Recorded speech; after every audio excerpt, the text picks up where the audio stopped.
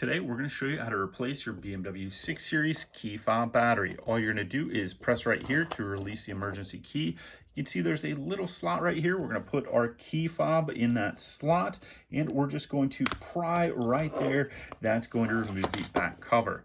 Now we need a CR2032 battery as a replacement. So all we're going to do is come on the side right here, and we're going to pry like so, and that's going to remove the CR2032 battery. You can get those in the link in the description below. We're going to take a new CR2032 battery. We're going to put it in place, press down, and then we're going to take our cover and replace that as well. Once we've slid that in place, we press down, then we take our emergency key. We're going to put that back in place like so.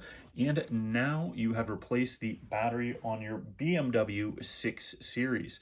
Please give us that thumbs up and subscribe. Thank you.